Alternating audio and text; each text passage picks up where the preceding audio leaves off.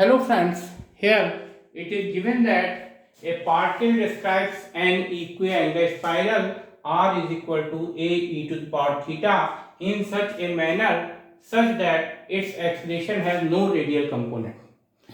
That means a particle moves on a curve which is an equiangular spiral which is given by r is equal to a e to the power theta in such a manner that its radial component of acceleration is 0, that is no. That means we know that component of acceleration along the radius vector is called radial acceleration, and here it is given that no radial component of acceleration, that means radial acceleration is 0 here. And we have to prove that the angular velocity is constant and the magnitude of acceleration is proportional to small r. That is, magnitude of acceleration is proportional to the radius vector. So first we write here what is given. So given is here r is equal to a e to the power theta. The given particle describes an equiangular spiral which is given by the equation r is equal to a e to the power theta. That means particle moves on that curve which is given by equiangular spiral r is equal to a e to the power theta. And the second information is given, the component of acceleration along the radius vector is 0 here because no radial component. That is, it is given that radial acceleration is 0 here. Suppose this is second equation. We know that the formula for radial acceleration is d2r by dt2 minus r d theta upon dt whole square. This is equal to 0. Suppose this is third. Now we first find here d2r by dt2 from given first equation. So differentiate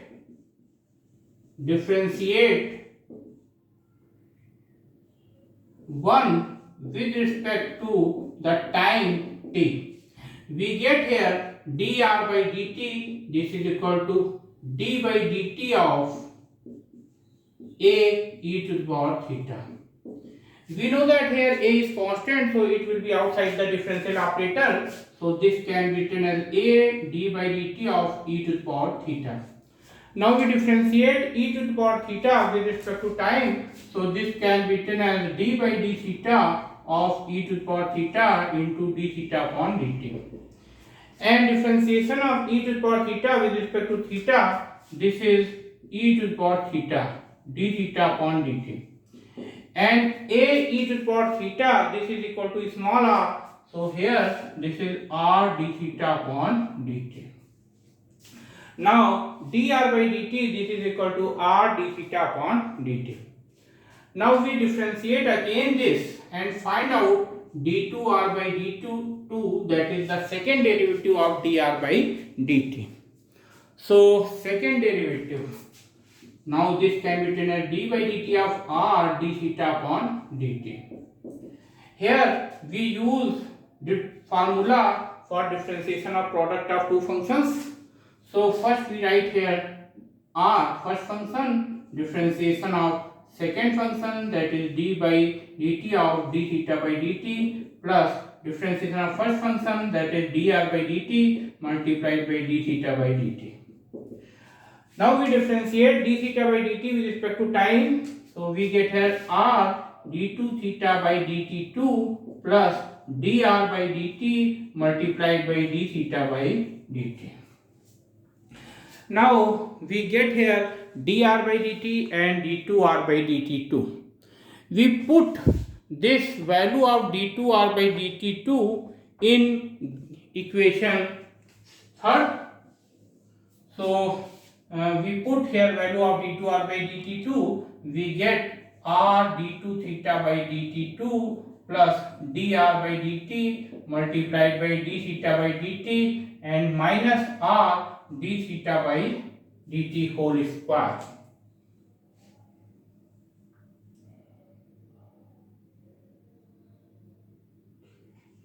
And multiply This is r d theta by dt whole square. Here we know that this dr by dt is also equal to r d theta by dt.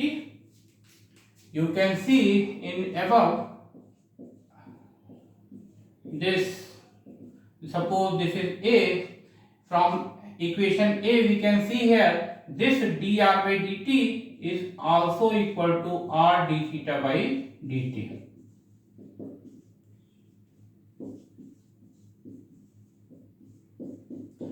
Now we put value of d2r by dt2 in above equation third, and we know that this dr by dt from equation A is r d theta by dt.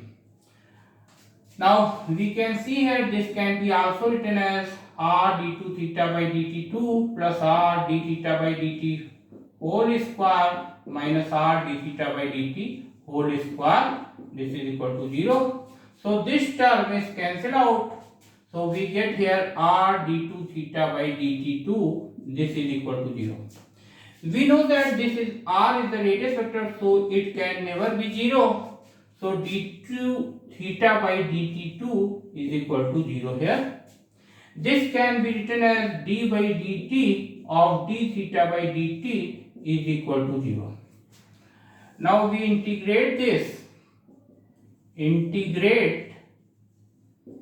get d theta by dt is equal to constant. This is constant. And we know that d theta by dt, this is the angular velocity. So angular velocity is constant here, and we have to prove that the angular velocity is constant. Now the second proving is here magnitude of acceleration is proportional to r. Here we have to find the magnitude of acceleration. So first we find here what is the transverse acceleration. We know that the transverse acceleration is 1 upon r d by dt of r square d theta upon dt. We know that the formula for transverse acceleration is 1 upon r d by dt of r square d theta upon dt. So we put here value of, now we differentiate here, now we differentiate here r square d theta by dt with respect to the time, or we can see here angular velocity is constant here, so this can be written as suppose omega. So in place of d theta by dt we write here omega, so d by dt of r square omega. So omega is constant, so it will outside the differential operator. This is omega by r and d by dt of r square. Now this is omega upon r and d by dt of r square can be written as d by dr of r square multiplied by dr by dt.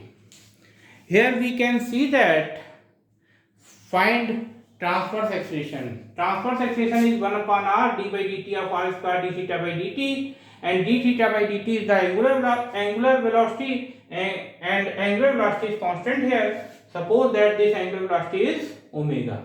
So we put omega in place of d theta by dt. Omega is constant, so it will be outside the differential operator. So this is omega upon r d by dt of r square. Now we differentiate r square with respect to time. This can be written as d by dr of r square multiplied by dr by dt. So this is omega upon r. Differentiation of r square is 2r and dr by dt. So dr by dt is here also can be written as, we know that this r is cancelled out here and this is 2 omega, and we know that from A equation dr by dt this is equal to r d theta upon dt.